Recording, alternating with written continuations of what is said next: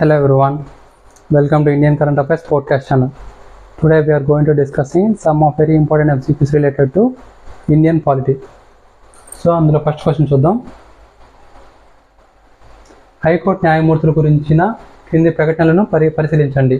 పదవీ విరమణ తర్వాత హైకోర్టు న్యాయమూర్తులు సుప్రీంకోర్టు న్యాయవాదిగా ప్రాక్టీస్ చేయకుండా నిషేధించబడ్డారు.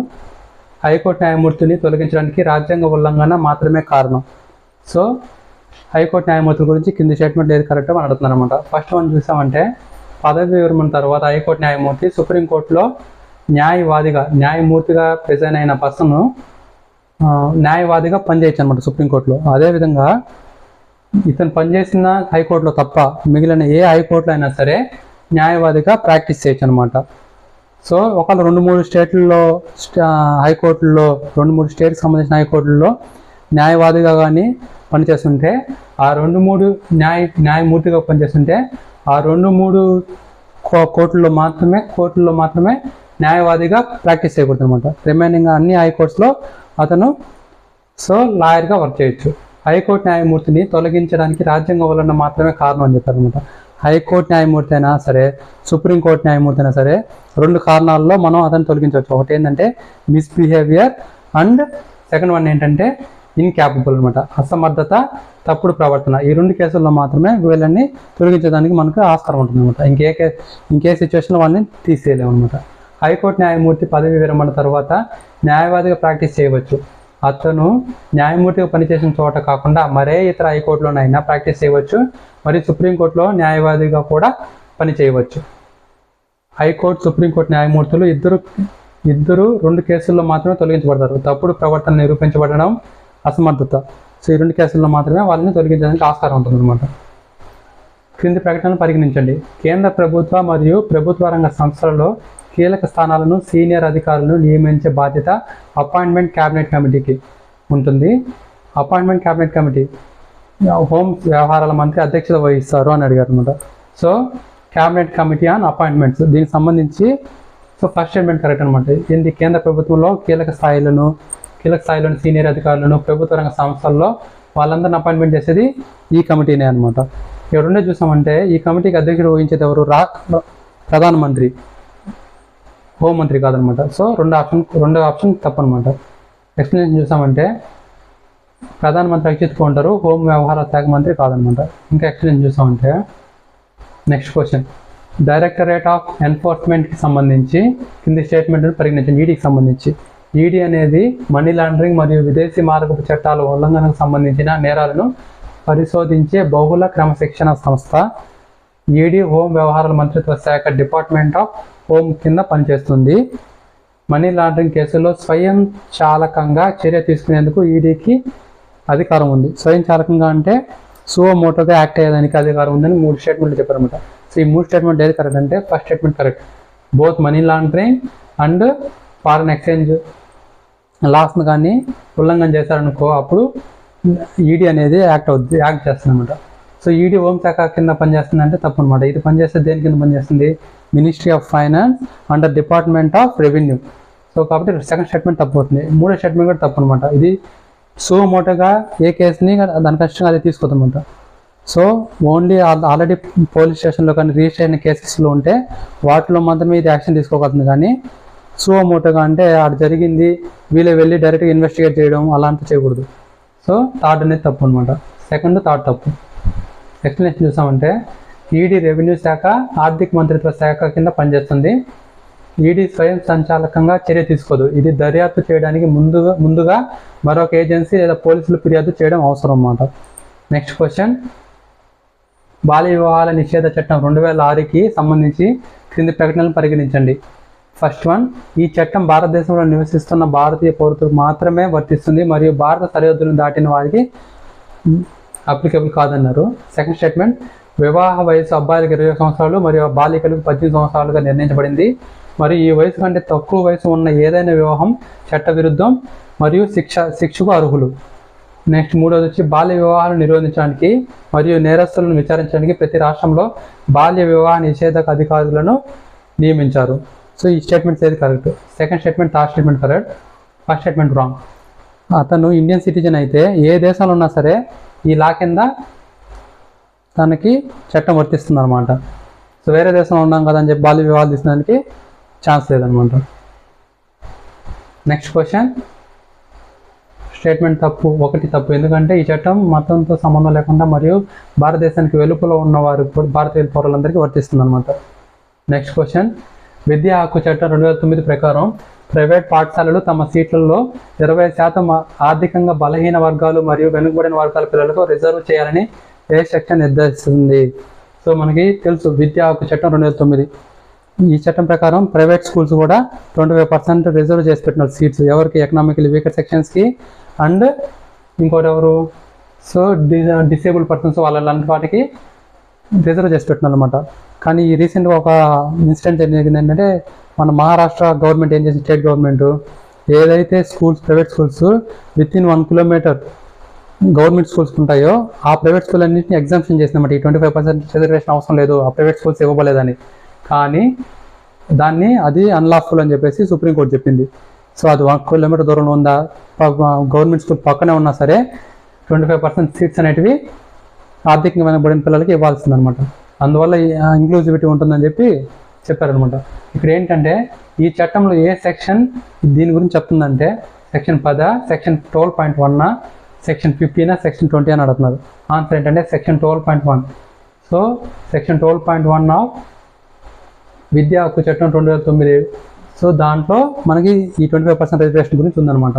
ఎక్స్ప్లెనేషన్ చూసామంటే విద్యా హక్కు చట్టం 2009లోని సెక్షన్ 12.1 ప్రకారం అన్ని ప్రైవేట్ పాఠశాలలు, only private unaided minority schools తప్ప మిగిలిన అన్నీ కూడా ఆర్థికంగా బలహీన వర్గాలు మరియు వెనుకబడిన వర్గాల పిల్లలకు ప్రవేశ స్థాయిలో 25% సీట్లు రిజర్వ్ చేయాలి.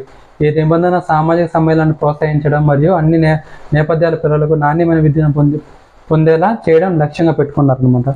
Next question, central reserve police ఫోర్స్కి సంబంధించి కింది వాటిలో ఏది తప్పు అని అడుగుతున్నారు. సిఆర్పిఎఫ్ యొక్క ప్రాథమిక పాత్ర శాంతి భద్రతలు మరియు అంతర్గత భద్రతను నిర్వహించడంలో సహాయం చేస్తుంది. ప్రతి సిఆర్పిఎఫ్ బెటాలియన్లో 7 కంపెనీలు ఉంటాయి. ప్రతి కంపెనీకి ఒక అసిస్టెంట్ కమాండెంట్ ఆదేశిస్తారు. నక్సలైట్ ఉద్యమాన్ని ఎదుర్కోవడానికి సిఆర్పిఎఫ్లోని ప్రత్యేక విభాగమైన కోబ్రా సృష్టించబడింది. సిఆర్పిఎఫ్ అనేది రక్షణ మంత్రిత్వ శాఖ పరిధిలో కేంద్ర సాయుధ పోలీసు దళం. కానీ వీటిలో ఈ 3 statements correct. First ABC correct, 4th one wrong అనమాట. ఎందుకంటే సిఆర్పిఎఫ్ అనేది హోమ్ శాఖకు సంబంధించింది, నాట్ డిఫెన్స్ మినిస్ట్రీ. సో కింది తప్పు ఏదని అడిగారు. So option D is the right answer.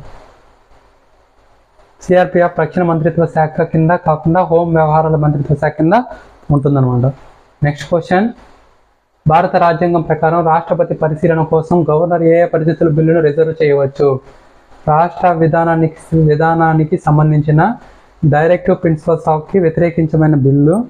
Article 31A ప్రకారం ఆస్తిని తప్పనిసరిగా స్వాధీనానికి సంబంధించిన బిల్లు. రాష్ట్ర హైకోర్టు స్థానానికి ప్రమాదం కలిగించే బిల్లు. సో భారత రాజ్యాంగం కొన్ని కండిషన్స్ చెప్పిందనమాట. ఆ కండిషన్స్లో స్టేట్ కానీ లా కానీ పాస్ చేసిందంటే ఆ బిల్లుని గవర్నర్ రాష్ట్రపతి దగ్గరికి పంపించాలన్నమాట తన యొక్క పరిశీలనకి. అవి ఏ కేసులు అంటే, సో ఈ 3 కేసెస్ కూడా దాని కిందకు వస్తాయి. ఎక్స్ప్లెనేషన్ చూసామంటే, ఒకటి డిపిఎస్పికి సంబంధించి ఏమైనా వ్యతిరేకంగా కానీ స్టేట్ గవర్నమెంట్ కానీ లా పాస్ చేసింది అనుకోండి, అప్పుడు గవర్నరు రాష్ట్రపతికి ఆ బిల్లుని పంపించాలన్నమాట. అదేవిధంగా ఆర్టికల్ 31A ప్రకారం ఏమైనా ఆస్తి హక్కులో కానీ మనకేమైనా ప్రాబ్లం కల్పించిందంటే ఆ సమయంలో కూడా ఆ బిల్లుని గవర్నరు రాష్ట్రపతికి పంపించాల్సి వస్తుంది. రాష్ట్ర హైకోర్టు యొక్క పవర్స్కి ఏమైనా తగ్గించడం కానీ ఇలా ఏమైనా చేసిందంటే ఆ కేసెస్ని కూడా మనకి గవర్నరు రాష్ట్రపతికి పంపించాల్సి ఉంటుంది. ఇవన్నీ కూడా రాజ్యాంగానికి విరుద్ధం అవుతాయి అన్నమాట ఒకవేళ స్టేట్ గవర్నమెంట్ బిల్ పాస్ చేసిందంటే వీటి వ్యతిరేకంగా. కాబట్టి దాని రాజ్యాంగంలో ఏం చెప్పారంటే, ఏవైతే రాజ్యాంగానికి విరుద్ధంగా స్టేట్ గవర్నమెంట్ లాస్ చేస్తుందో వాటన్నిటిని రాష్ట్రపతికి పంపించాలని చెప్పి గవర్నర్కి ఆదేశిస్తుంది అనమాట. ఒక కాన్స్టిట్యూషనల్కి వ్యతిరేకంగా ఉండడమే కావాలి, ఇంకో 2 కేసెస్ కూడా ఉన్నాయి. అవి మనం ఎక్స్ప్లెనేషన్ చూసామంటే, ఆర్టికల్ 200 ప్రకారం నిబంధనలు గవర్నర్ ఆమోదం ఇవ్వకుండా లేదా నిలిపివేయడం కాకుండా రాష్ట్రపతి పరిశీలన కోసం బిల్లును రిజర్వ్ చేయవచ్చు. ఈ రిజర్వేషన్ తప్పనిసరి అయిన సందర్భాలు 3 ఉన్నాయి. ఒకటి వచ్చి గవర్నర్ అభిప్రాయం ప్రకారం బిల్లు రాజ్యాంగంలోని నిబంధనలు విరుద్ధంగా ఉండవచ్చు. ఇంతకుముందు చూసిన 3 కేసెస్ కూడా రాజ్యాంగం విరుద్ధం అనమాట. కాబట్టి వాటిని రాష్ట్రపతికి పంపించాలి. అదేవిధంగా దేశ ప్రయోజనాలను లేదా కేంద్ర ప్రభుత్వంతో రాష్ట్ర సంబంధాలను ప్రభావితం చేస్తుంది. ఈ కేసులో కూడా రాష్ట్రపతికి పంపించాలి. అది కాకుండా బిల్లు రాష్ట్రపతి ముందస్తు అనుమతి అవసరం అయితే పొందని అంశంలో ఇలాంటి వాటిని కూడా మనకి రాష్ట్రపతికి పంపించాలి. కొన్ని బిల్లుస్ ఫామ్ చేయాలి, ప్రవేశపెట్టాలి అంటే స్టేట్ లెజిస్లేచర్లో రాష్ట్రపతి అనుమతి ఉండాలన్నమాట. అలా అనుమతి లేని కేసులో కూడా మన గవర్నరు రాష్ట్రపతికి పంపించవచ్చు అనమాట. డిపిఎస్పి వ్యతిరేకం అయితే ఆర్టికల్ 31 ప్రకారం తప్పనిసరి ఆస్తి సంపాదనకు కలిగి ఉండే లేదా రాష్ట్ర హైకోర్టు స్థానానికి ముప్పు కలిగిస్తే గవర్నర్ రాష్ట్రపతికి బిల్లును రిజర్వ్ చేయవచ్చు. నెక్స్ట్ క్వశ్చన్, కింది నిబంధనలు ఏవి కేంద్ర రాష్ట్ర ఆర్థిక సంబంధాల్లో భాగం? పన్నుల పంపిణీ, డబ్బు తీసుకునే శక్తి అంటే లోన్ అనమాట, సహాయంలో grant, so aided grants. So వీటిలో కేంద్రానికి రాష్ట్రానికి రెండింటికి సంబంధం ఉన్నవి ఏ కేసెస్ అంటే మూడు కేసులు కూడా. పన్నుల్లో 2కి సంబంధం ఉంటుంది. సో లోన్స్ తీసుకోవాలి, ఇంటర్నేషనల్గా డెప్ట్ అని ఉండాలి. వీటిలో కూడా రాష్ట్రము కేంద్రానికి రెండింటికి సంబంధం ఉంటుంది. సో గ్రాంట్స్, ఏ గ్రాంట్స్ కూడా ఇవి కూడా relation between centre and state అనేది ఎగ్జిట్ అయి ఉంటుంది అనమాట. సో 3 కేసెస్ కూడా కరెక్ట్ ఆన్సర్. భారత రాజ్యాంగంలోని 12వ భాగం ఆర్టికల్ 264 నుండి 300A వరకు కేంద్ర రాష్ట్ర ఆర్థిక సంబంధాల గురించి వివరించారనమాట. అందులో ఈ 3 గురించి కూడా ఉంటుందన్నమాట. నెక్స్ట్ క్వశ్చన్, కన్సాలిడేటెడ్ ఫండ్కి సంబంధించి కింది స్టేట్మెంట్లో ఏది సరైనది? భారత కన్సాలిడేటెడ్ ఫండ్ యొక్క సంరక్షకుడు పార్లమెంట్ ఆమోదం లేకుండా కన్సాలిడేటెడ్ ఫండ్ నుంచి డబ్బులు విత్డ్రా చేయలేం. సో మనకి మొత్తంగా 3 రకాల ఫండ్స్ ఉంటాయి. కన్సాలిడేటెడ్ ఫండ్, తర్వాత వచ్చి కంటింజెన్సీ ఫండ్, తర్వాత పబ్లిక్ అకౌంట్స్. ఏంటి కన్సాలిడేటెడ్ ఫండ్ అంటే మనకు సెంట్రల్ గవర్నమెంట్ మనం ట్యాక్స్ కట్టేది కానీ ప్రతి ఒక్కటి కూడా ఈ కన్సాలిడేటెడ్ ఫండ్లోనే క్రెడిట్ అవుతుంది అనమాట. మనం కట్టే ట్యాక్సెస్ కానీ లేకపోతే ఎనీథింగ్, సో అన్నీ కూడా వచ్చే ఆదాయాలు మొత్తం, అన్ని దేశానికి వచ్చే ఆదాయాలు మొత్తం కూడా ఈ కన్సాలిడేటెడ్ ఫండ్లోనే క్రెడిట్ అవుతాయి అనమాట.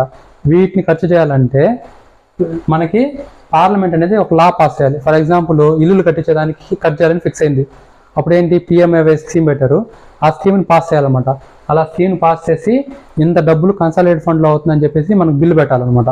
అప్పుడే దాన్ని ఉపయోగించగలుగుతారు అనమాట. సో ఈ 2 స్టేట్మెంట్స్ కూడా కన్సాలిడేటెడ్ ఫండ్ గురించి కరెక్ట్. భారత కన్సాలిడేటెడ్ ఫండ్ యొక్క సంరక్షకుడు ఎవరు? పార్లమెంట్ అనమాట. రెండోది ఏంటి, పార్లమెంట్ ఆమోదం లేకుండా కన్సాలిడేటెడ్ ఫండ్ నుంచి డబ్బులు విత్డ్రా చేయలేం, ఎడికి అయిపోద్ది. నెక్స్ట్ వచ్చి కంటింజెన్సీ ఫండ్ అనమాట. కంటింజెన్సీ ఫండ్ అంటే ఏం లేదు. సో ప్రతిసారి మనం పార్లమెంట్ దగ్గర మనం పర్మిషన్ తీసుకోలేం. ఫర్ ఎగ్జాంపుల్ ఒక వరదలు వచ్చాయి, లేకపోతే ఒక ఇండస్ట్రీలో ప్రమాదం జరిగింది. అప్పుడు రాష్ట్రపతి సో ప్రమాదం జరిగిన వాళ్ళందరికీ ₹1,00,00,000 ఇవ్వాలి అని చెప్పేసి ఒక్కొక్కరికి అని చెప్పి మనకు డబ్బులు ఇవ్వాలని చెప్పాడు. కానీ అది ఎక్కడి నుంచి ఖర్చు చేస్తారంటే కంటింజెన్సీ ఫండ్ నుంచి. ఎందుకంటే దానికి ఇంకా పార్లమెంట్ అనేది అప్రూవల్ ఇవ్వలేదు. కానీ అక్కడ మనకి అర్జెంటుగా సహాయం చేయాలన్నమాట. ఇలాంటి కేసెస్లో, ఇలా అర్జెన్సీస్లో ఉపయోగించడానికి ఈ కన్సాలిడేటెడ్ ఫండ్లోనే కొంచెం అమౌంట్ని పక్క తీసి పెడతారనమాట. దాన్ని కంటింజెన్సీ ఫండ్ అంటారు. ఇలా పక్క తీసి పెట్టేటప్పుడు ఫస్ట్లో మనం పాస్ చేయాలి. ఈవెన్ అక్కడ కూడా మనం పాస్ చేయాలి. ఫర్ ఎగ్జాంపుల్ ఈ సంవత్సరం మొత్తానికి 1000 కోట్ల రూపాయలు కంటింజెన్సీ ఫండ్లో పెట్టాలి అని చెప్పి పార్లమెంటు కన్సాలిడేటెడ్ ఫండ్ నుంచి పంపించేదానికి ఒక లా ఫామ్ చేయాలన్నమాట. అక్కడ కూడా మనకి విత్డ్రా చేయడానికి పార్లమెంట్ ఆమోదం అవసరం. కానీ కంటింజెన్సీ ఒకసారి వెళ్ళిపోయిన తర్వాత అక్కడ మళ్ళీ రాష్ట్రపతి ఇష్టం అనమాట. దాన్ని ఎలా అయినా కట్ చేయొచ్చు అర్జెన్సీ బట్టి. ఇంకోటి ఏంటంటే పబ్లిక్ అకౌంట్ అంటే ఏంటంటే ఫర్ ఎగ్జాంపుల్ మనకి ఇప్పుడు పెన్షన్ స్కీమ్స్ ఉన్నాయి. అది కాకుండా ఇప్పుడు మనకి నేషనల్ పెన్షన్ స్కీమ్ ఉంది. ఈ నేషనల్ పెన్షన్ స్కీమ్ ఏంటి, మనం ప్రతి సంవత్సరం కొంచెం అమౌంట్ని మనం ఎత్తిపెడుతున్నాం అనమాట. అలా కాకుండా కొన్ని ప్రొవిడెంట్ ఫండ్స్ ఉంటాయి. ఇలాంటివన్నిటిని కూడా సెంట్రల్ గవర్నమెంట్ దాన్ని అదుపులో పెట్టుకొని దాన్ని దాని కంట్రోల్లో పెట్టుకుని ఉంటుంది అనమాట. ఎప్పుడైతే మళ్ళీ లాస్ట్ మెచ్యూరిటీ వస్తా వాటికి అప్పుడు మనకి మళ్ళీ ఇస్తుంది అనమాట. అప్పటి వరకు అది హ్యాండిల్ చేయొచ్చు. సో అలాంటి వాటిని అన్నింటినీ మనం ఏమంటారంటే పబ్లిక్ అకౌంట్స్ అంటారు అనమాట. అంటే అది సెంట్రల్ గవర్నమెంట్ డబ్బు కాదు, కానీ సెంట్రల్ గవర్నమెంట్ ట్రస్టీగా యాక్ట్ చేస్తామన్నమాట ఆ ఫండ్స్ మీద. అలాంటి వాటిని ఏమంటారంటే పబ్లిక్ అకౌంట్స్ అంటారు అనమాట. సో ఎక్స్ప్లెనేషన్ చూసామంటే 2 ప్రకటనలు సరైనవి. భారతదేశం యొక్క కన్సాలిడేటెడ్ ఫండ్ యొక్క సంరక్షకుడు పార్లమెంట్, మరియు పార్లమెంట్ ఆమోదం లేకుండా దాని నుండి డబ్బులను ఉపసంహరించుకోలేము. సో కన్సాలిడేటెడ్ ఫండ్ గురించి చూద్దాం. రాజ్యాంగ నిబంధన ఆర్టికల్ 266(1). సో కన్సాలిడేటెడ్ ఫండ్ గురించి ఈ ఆర్టికల్ చెప్తుందన్నమాట. ఉద్దేశం ఏంటి, ఇది భారత ప్రభుత్వం యొక్క అత్యంత ముఖ్యమైన నిధి. ప్రభుత్వానికి వచ్చే ఆదాయాలు, సేకరించిన రుణాలు మరియు రుణాల్లో చెల్లింపులో పొందిన డబ్బు మొత్తం ఈ నిధికి జమ చేయబడుతుంది. వినియోగం ఆకస్మిక నిధి మరియు పబ్లిక్ ఖాతా, అంటే ఇక్కడ కంటింజెన్సీ ఫండ్, పబ్లిక్ అకౌంట్ తప్ప మినహా అన్ని ప్రభుత్వ ఖర్చులు ఈ ఫండ్ నుంచి చేయబడతాయి. ఇందులో రాబడి మరియు మూలధన వ్యయాలు రెండు ఉంటాయన్నమాట. సో నెక్స్ట్ పార్లమెంట్ ఆమోదం. ఈ ఫండ్ నుంచి డబ్బులు ఉపయోగించుకోవడానికి పార్లమెంట్ ఆమోదం అవసరం. ఇది పబ్లిక్ ఫైనాన్స్ శాసన నియంత్రణను నిర్ధారిస్తుంది. భాగాలు, ఇది 2 భాగాలుగా ఉంటుంది. రెవెన్యూ మరియు రాజధాని విభాగాలు అనమాట, అంటే క్యాపిటల్ ఫండ్స్ అనమాట. అందుకని ఇది తెలుగులో అట్లా వచ్చేసింది. సో క్యాపిటల్ విభాగం ఉంటుంది, రెవెన్యూ విభాగం ఉంటుంది. Next contingency fund. Contingency fund ఏ ఆర్టికల్ చెప్తున్నారంటే 267(1) అనమాట. దీని ప్రకారం పార్లమెంట్ ఆమోదం కోసం వేచి ఉండలేని ఊహించని ఖర్చులను తీర్చడానికి ఈ ఫండ్ ఉపయోగపడుతుంది. ఇది ఇంప్రెస్డ్ ఖాతాగా పనిచేస్తుంది, అంటే అది అత్యవసర ప్రయోజనాల కోసం ఉపయోగించబడుతుంది. ఈ నిధి భారత రాష్ట్రపతి వద్ద ఉంది. దీని నుంచి ఖర్చును అధికారం ఇవ్వాలన్నమాట. సో రాష్ట్రపతి ఆర్డర్స్తో మనం దీన్ని యూజ్ చేసుకోవచ్చు ఈ అమౌంట్ని. పార్లమెంటరీ ఆమోదం. ప్రారంభ వ్యయం మనకి ఎలా చెప్పాక ఇంతకుముందు. సో ఇంత అమౌంట్ కంటింజెన్సీ కన్సాలిడేటెడ్ ఫండ్ నుంచి కంటింజెన్సీ పెడతామని చెప్తాం కదా, ఆ ప్రారంభ సమయంలో ఆమోదం అవసరం, ఆ తర్వాత వాడుకోవడానికి అవసరం లేదనమాట. కార్పస్. ఇప్పుడు ప్రస్తుతానికి మనం ఎంత అమౌంట్ని పక్క తీసి పెడతామంటే కంటింజెన్సీ ఫండ్ కింద 500 కోట్లు అనమాట. సో ఎవ్రీ బడ్జెట్లో ఒక 500 కోట్లు పక్కన పెడతాం అనమాట. ఈ 500 కోట్లు రాష్ట్రపతి వాడచ్చు అనమాట. Next question. Next public account of India. ఇది ఆర్టికల్ 266(2)లో డిస్కస్ చేస్తున్నారు. ప్రభుత్వం బ్యాంకర్గా వ్యవహరించే లావాదేవీలతో ఈ ఖాతా వ్యవహరిస్తుంది. ఇందులో ప్రభుత్వానికి చెందని నిధులు ఉన్నాయి, కానీ అవి ట్రస్ట్గా ఉంటాయి అన్నమాట. గవర్నమెంట్ అనేది ట్రస్ట్గా ఉంటుంది. వినియోగం. ఉదాహరణలో ప్రొవిడెంట్ ఫండ్, చిన్న పొదుపు సేకరణలు మరియు ఇతర డిపాజిట్లు ఉంటాయి. ఈ ఖాతా నుండి డబ్బులను ఉపసంహరించుకోవడానికి ప్రభుత్వానికి పార్లమెంట్ ఆమోదం అవసరం లేదు, ఎందుకంటే ఇది తప్పనిసరిగా ఇతరుల తరపున డబ్బును కలిగి ఉంది కాబట్టి. విభాగాలు. ఇందులో provident funds, judicial deposits, saving bank డిపాజిట్లు, డిపార్ట్మెంట్ డిపాజిట్లు మరియు రెమిటెన్స్లు వంటి అంశాలు ఉంటాయన్నమాట. సో ఈ 3 గురించి తెలుసుకున్నాం అనుకో క్లారిటీ ఉంటుంది. Next question. భారతదేశంలో జెండర్ బడ్జెటింగ్ సంబంధించి క్రింది ప్రకటనలను పరిగణించండి. 2005-6లో తొలిసారిగా జెండర్ బడ్జెట్ స్టేట్మెంట్ ప్రవేశపెట్టారు. 2024-25కి సంబంధించి మొత్తం బడ్జెట్ వ్యయంలో మహిళలకు అనుకూల పథకాలకు ఈ సంవత్సరం కేటాయించిన వాటా సుమారు 6.8% ఉంది. ఇది సంవత్సరాల్లో సాధారణ సగటు కంటే తక్కువగా ఉంది. సిబిఎస్లో మహిళల కోసం పథకాల్లో ఎంజీఎన్ఆర్స్ అత్యధిక కేటాయింపులు కలిగి ఉంది. సో జెండర్ బడ్జెటింగ్ గురించి ఏ statement correct? What is first of all gender budgeting? Gender budgeting అంటే ఏంటంటే, సో మనకి ఫైనాన్స్ మినిస్టర్ బడ్జెట్ ప్రవేశపెట్టేటప్పుడు యూత్కి ఇంత ఖర్చు పెట్టాము, అగ్రికల్చర్కి ఇంత ఖర్చు పెట్టాము, అదేవిధంగా మహిళలకి ఎంత ఖర్చు పెట్టామని అంటాం అనమాట. అలా మహిళలకి సపరేట్గా ఇంత ఖర్చు పెట్టాము అని చెప్పడాన్ని జెండర్ బడ్జెటింగ్ అంటారు అనమాట. యాక్చువల్లీ మహిళలు ఖర్చు పెట్టామంటే మొత్తం అమౌంట్ మహిళలకే పెట్టినట్టు కాదు, కొన్ని పథకాలు ఉంటాయి, ఆ పథకాల్లో మహిళలు ఎంత లబ్ధి పొందుతున్నారు, సో ఈ పథకాన్ని ప్రవేశపెట్టడం దీనివల్ల మహిళలు ఎంత లబ్ధి పొందుతున్నారని చెప్పడాన్ని జెండర్ బడ్జెటింగ్ అంటారనమాట. దీన్ని 2005-6లో మొదటిసారిగా ప్రవేశపెట్టారు. ఈ స్టేట్మెంట్ కరెక్ట్. రెండో స్టేట్మెంట్ చూసామంటే 6.8% ఇయర్లో ఉందన్నమాట. అంటే టోటల్ బడ్జెట్లో 6.8% మహిళలకి పథకాలకు వచ్చేటట్టు చూశారనమాట. కానీ ఇది అన్నింటికన్నా తక్కువ అని చెప్పారు. తప్పు. ముందు ఇయర్స్తో పోలిస్తే ఇది చాలా ఎక్కువ అనమాట. ఇప్పటి వరకు 5% ఉండేదన్నమాట సగటున, కానీ ఈసారి 6.8% సో స్త్రీలకు సంబంధించినట్టు ఉన్నాయన్నమాట. ఇంకోటి ఏంటంటే మహిళలకు ఎంజీఎన్ఆర్స్లో ఎక్కువగా కేటాయింపులు జరిగాయని చెప్పారు. ఇది తప్పు అనమాట, ఎందుకంటే పిఎంఏవైలో మహిళలకు ఎక్కువగా కేటాయింపులు జరిగాయి. సో ఇది థర్డ్ ప్లేస్లో అలా వస్తుంది అనమాట. ఎక్స్ప్లెనేషన్ చూసామంటే స్టేట్మెంట్ 2-3 తప్పు, ఎందుకంటే మునుపటి బడ్జెట్లో జెండర్ బడ్జెటింగ్ స్కీమ్స్లో మహిళలకు సగటు వ్యయం 5%, ఇప్పుడు అది 6.8 ఉంది. 2024-25 యూనియన్ బడ్జెట్లో మహిళలకు ప్రయోజనం చేకూర్చే లక్ష్యంతో అనేక పథకాలు గణనీయమైన కేటాయింపులు పొందాయి. కేటాయించిన నిధుల ద్వారా ర్యాంక్ చేయబడిన కొన్ని అగ్ర పథకాలు ఇక్కడ ఉన్నాయి. ప్రధానమంత్రి ఆవాస్ యోజన ఫస్ట్, జాతీయ గ్రామీణ జీవనోపాధి మిషన్ సెకండ్ అనమాట. So next question. భారతదేశంలో గ్రామ న్యాయాలయాల స్థాపనకు సంబంధించి కింది ప్రకటనలను ఏది నిజం అన్నాడు. సో గ్రామ న్యాయాలయాలు ఇది రీసెంట్గా న్యూస్లో ఉంది.